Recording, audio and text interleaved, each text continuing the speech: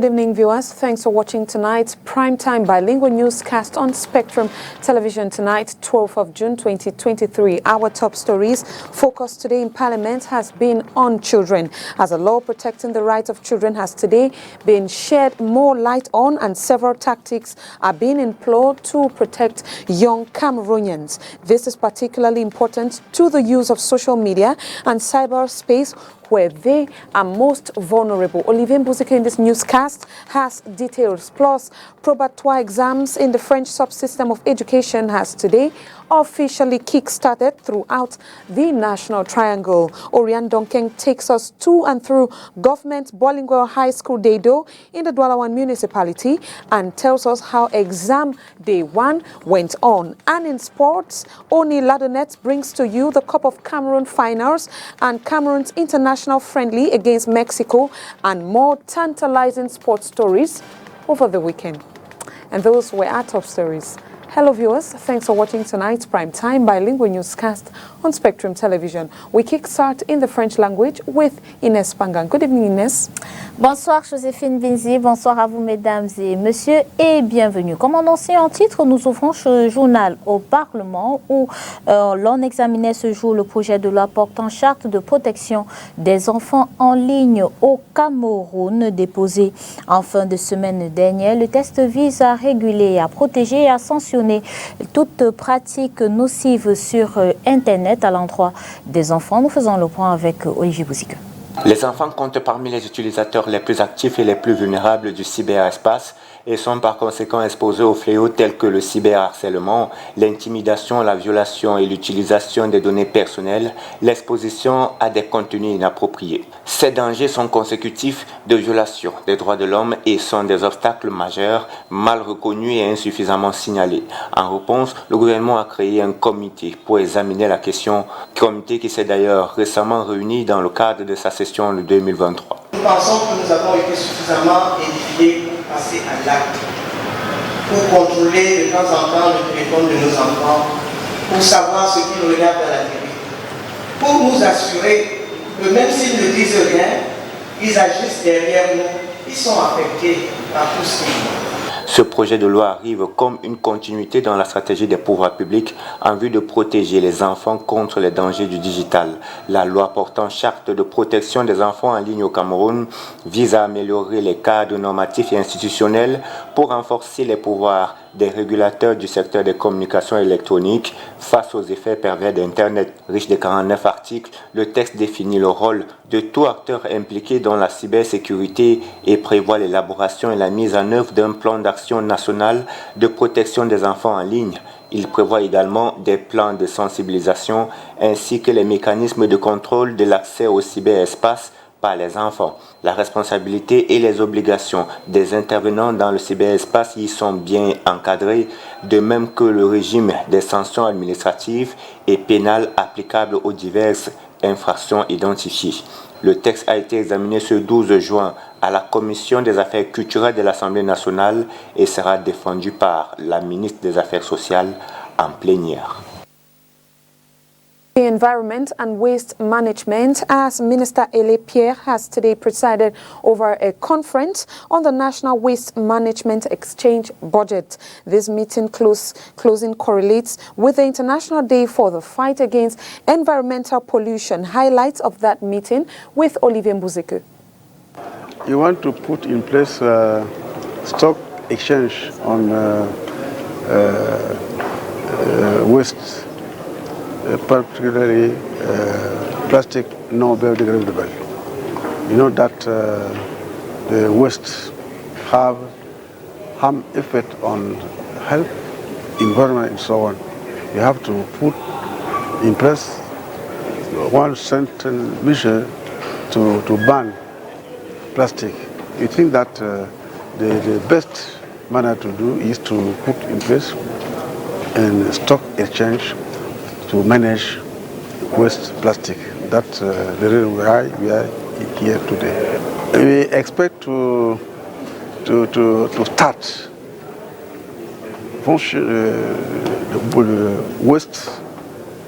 waste exchange, waste stock exchange on waste. We think we can start to put in place what you can boost that in English, stock exchange for West. I think that will be a great thing for us. Examen officiel, les épreuves écrites du probatoire de l'enseignement général, session 2023 ont démarré ce jour sur l'ensemble du territoire national. Les épreuves de culture générale, littérature, langue française et histoire, près de 203 000 candidats sont dans les starting blocks répartis dans 529 sous-centres d'examen. Nous faisons le point ici à Douala du déroulé de cette première journée d'examen avec Julie Port et Oriane Donquet. Il est l'un des derniers candidats à accéder aux salles d'examen, malgré les reproches de ses encadreurs.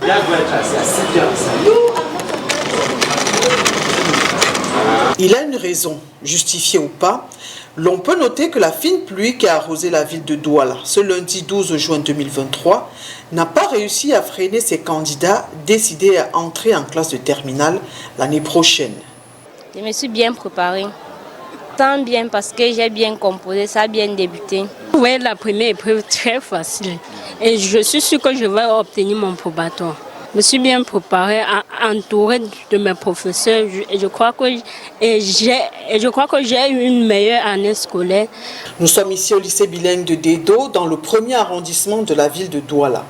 Aux premières heures de cette matinée, l'accès des élèves est minutieusement contrôlé par les surveillants, assistés des forces de sécurité.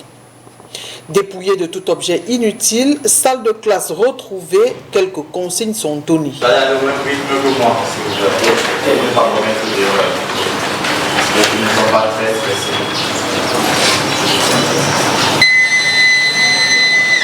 8h00, la première épreuve est lancée. Ce sera soit la littérature, soit la culture générale pour 3 heures de temps. Jusqu'à vendredi prochain, ils sont environ 203 000 candidats répartis en 529 sous-centres sur le territoire national à frapper aux portes de la terminale. The Lakentini Hospital hopes to better provide quality healthcare services to Cameroonians. The Public Health Center has renewed some health equipment which will be beneficiary to patients while training personnel to adapt with the changes that come with their medical field. Oni Ladonet and Julie Paul have the following details. The Lakentini Hospital has been given a facelift. This medical facility has expanded its structures and personnel, equipping the different services with vital machines so as to render the best medical services to the population. Innovation has been prioritized at the Lakentini Hospital. Innovation in medical equipment, newness at the level of infrastructures, quality of health care. These past years, the hospital has acquired several equipments to boost technological platform and better provide quality health services. Patients with renal insufficiencies can now heave a sigh of relief as the hemodialysis center opens next month. Le mois prochain, le centre d'hémodialyse sera ouvert. La construction est terminée. Nous avons reçu des réactifs. As of next month, the hemodialysis center will be open. Construction works are finished. We are waiting for the first materials at the end of the month. Next week, we'll have pacemakers. We had all these materials and needed personnel. The Ministry of Health has provided that. So by next week, we will have pacemakers in Lakentini. Le ministère nous a affecté le cardiologue qui est capable de le faire et donc dès la semaine prochaine, nous serons capables de poser des pacemakers. Nous sommes capables de poser des pacemakers à l'hôpital Lakentini. In addition to this, a maintenance team of over 35 people have been set up to ensure the longevity of the new equipment, mostly acquired by these facilities' funds. This is thanks to the sacrifices put in by the hundreds of workers in this structure. Ici, l'hôpital Lakentini avait présenté des recettes annuelles d'un montant d'à peu près 2 milliards 200 millions. The Lakentini Hospital's revenue stood at over 2 billion CFA francs. We moved up to 4 billion. In 2022, we moved to over 5 billion CFA francs. We envision to receive over 7 billion in 2023. Be rest assured, cost of healthcare hasn't changed. We are making these sacrifices for the best. De pouvoir faire des choses, de pouvoir bien les faire, de pouvoir mettre à profit ce que nous tirons de sacrifices que nous faisons ici au quotidien. The public will get the opportunity to see these innovations live as the open days begin on June 13 right up to 16, 2023. Dans le condensé de l'actualité africaine ce 12 juin 2023, nous parlons de cette attaque meurtrière dans un camp de déplacés en RDC, de la fin de la subvention du carburant au Nigeria. Le président appelle à la patience et les États-Unis et l'Arabie saoudite condamnent la reprise des violences au Soudan. Le condensé, c'est avec nos confrères de la Voix de l'Amérique. Dans le nord-est de la RDC, des hommes armés membres présumés d'une milice communautaire ont attaqué un camp de déplacés en Ituri, faisant plus de 40 morts selon une source locale. Au Nigeria, le président Bola Tinubu appelle les habitants à faire preuve de patience suite à la fin des subventions du carburant qui a entraîné notamment une hausse des prix des denrées alimentaires. Les États-Unis et l'Arabie saoudite condamnent fermement la reprise des violences au Soudan après l'expiration d'un cessez-le-feu de 24 heures entre les parties belligérantes. L'Union européenne va prêter à la Tunisie près d'1 milliard d'euros pour l'aider à développer son économie et à faire face à la crise migratoire. And we still remain on our international page. This time we take you to the United States, where it is the anniversary month of the worst attack on media inside the U.S. when a gunman opened fire in the Capitol Gazette newsroom. These events of that day left an undeniable mark of those who survived the attack. We remain with you, VOA. Several fatalities and several people there in the hospital. It was an act of violence that took the lives of 5 staff at an Annapolis newspaper, the Capitol Gazette, and changed the lives of those who survived, including photojournalist Paul Gillespie. And I'm sitting at my computer, and I heard a loud crash, loud shot, and then a crash of glass, and it was him shooting through the front door. Amid the chaos, emergency lights, the yellow tape, and the influx of first responders, journalists from the Gazette gathered in the back of a colleague's truck and started writing. In July 2021, the shooter, who said he was upset at the newspaper's coverage of him, was found criminally responsible. He will serve life in prison for the murders. But for Gillespie, the memories of that day are still vivid. And when I'm feeling really bad, it feels like I'm just waiting to die, waiting for what should have happened to me that day to, catch up to me. The Dart Center for Journalism and Trauma at New York's Columbia University says that 80% of reporters have been exposed to work-related traumatic events. And groups like the U.S. Press Freedom Tracker record hundreds of assaults and threats against media. For Gillespie, the shooting marked a before and after in his personal life and his career. I do get nervous about going to things. And for a while after the shootings, even now, they think twice about sending me to a vigil or something for somebody who's been shot, because around here, whenever somebody mentions gun violence, they all talk about the Capitol Gazette. His former colleague, Rachel Pachela, is another survivor, a reporter. Pachela covered the Anne Arundel County school system, public land access, and obituaries for children. I really didn't see myself doing anything else. The day of the shooting, Pachela was inside the newsroom. That event changed her life. Pachela only recently stopped working at the Annapolis newspaper to pursue a career in communications, but the experience made her reflect on the security of journalists in the U.S. As work went remote, I suppose there's no longer a central target, but I do worry about, how a journalist would keep themselves safe, in their own home without any kind of support or resources from other people. In Annapolis, the Guardians of the First Amendment Memorial honors the 5 lives lost: Gerald Fishman, Rob Heisen, John McNamara, Rebecca Smith, and Wendy Winters. Gillespie, too, is honoring his Capitol Gazette family through an exhibition. What was great about my project here that is all around us is I got to talk to every one of these people making these pictures. Like, they would come to my studio, and for an hour, hour and a half, we would have like what I consider to be like mini therapy sessions between us. Gillespie is the last photojournalist at the Gazette from that 2018 newsroom. He still goes out on assignments and is committed to local journalism. We are not the enemy of the people. We are your neighbors. We're your sons, your daughters, your parents. Cristina Caicedo Smith, VOA News, Annapolis.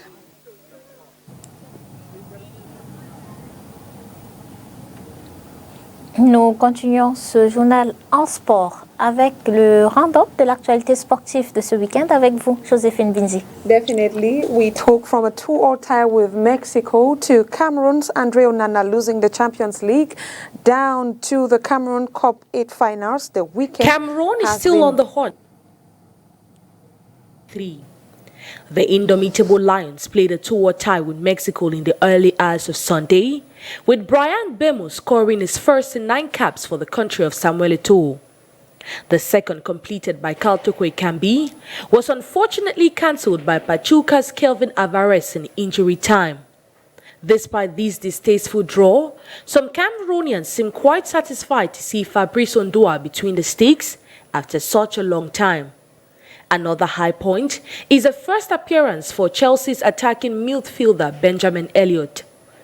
A win in this fixture would have served as consolation for Cameroonians, especially fans of Andre Onana, whose night was marked by Inter Milan's 0-1 loss to Manchester City in the finals of the Champions League. The Cameroon international was between the sticks throughout the performance, making brilliant saves to help his teammate. Unfortunately, his history only ends as the first Cameroonian goalkeeper to reach the finals. Speaking of finals, the Cup of Cameroon finals are drawing closer. The round of 8 is done and dusted with just 8 teams still in competition. Defending champions Coton Sport de Garoua have been booted out of the competition after falling to a ding 1-2 on Saturday, while fellow Garoua side CFF Les Champions de Garoua were given a 4-0 thrashing by Victoria United. Another regional side to leave is Hilltop Strikers. The boys from the Northwest region came so close yet far as they lost to Stade de Betois by 1-0. Fellow Bamenda side PWD defeated RS FAP on the same scoreline. The Douala derby between Dinamo and Avion ended in favor of Le Bomba Diop, thanks to Samuel Tanga's late goal. It was going to be a big match for Dinamo, in view of the fact that we started the season poorly. With hard work and teamwork, we got the win. It's 2 teams in the same zone. We had to affirm our status. We did not get here by chance. Union Sportif is out, so are Stade de Rennes, while Fovu Football Club defeated heavyweights Canon Sportif 9-8 on penalties to continue the race. Canon scored. It wasn't impossible for us to equalize. That was the case. I think they retained the lesson. It wasn't easy. As you can see, we went right up to 9 penalties. We won on details. It would have been Canon Sportif, but God chose Fovu this evening. The quarterfinals will see Victoria United take on Fovu, Colombe Midwidedin, PWD against Dinamo, and Stade de Banjul against Stade de Betois. In the women's top flight competition, Leke Football Fee has the title. The team crowned their season with a 4-0 win over Amazon FAP, as Ngam Manga and teammates lifted the 3rd edition of the Guinness Super League. Eclair Fee and FC Bolowa emerged 3rd and 4th respectively. Une brève, Eric Niat, élu président de la Fédération internationale de basketball Afrique Zone 4. Ce dernier est arrivé au Cameroun ce jour 12 juin 2023 en provenance de la Mozambique. Le maire de Baganté, vice-président de la Fédération camerounaise de basketball depuis une quinzaine d'années, président du club Juimanto Basketball et ancien international de basketball, a été élu à Maputo lors de la 18e Assemblée générale de la FIBA Afrique qui a eu lieu ce 10 juin qui a pris fin ce 10 juin 2023. FIBA Afrique Zone 4 regroupe 8 pays de l'Afrique centrale, soit le Cameroun, le Congo, le Gabon, la Guinée équatoriale, la République centrafricaine, la République démocratique du Congo, Sao Tomé et Principe et le Tchad. Je vous propose d'écouter le président de la FIBA Afrique Zone 4 au sorties de l'aéroport international de Douala. Déjà, je suis content d'être rentré. Je suis très fier de ce que nous avons fait là-bas. C'est une grande victoire pour le Cameroun. C'est une grande victoire pour la diplomatie sportive du Cameroun. En prenant la zone 4, la présidence de la zone 4, je pense que c'est une récompense du travail qui a été effectué toutes ces années-là par le président Doukou.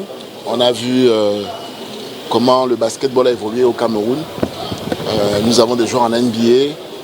Donc je pense que c'est tout ça qui fait que nous sommes arrivés où nous sommes aujourd'hui avec la présidence donc, de la zone 4 pour les 4 prochaines années.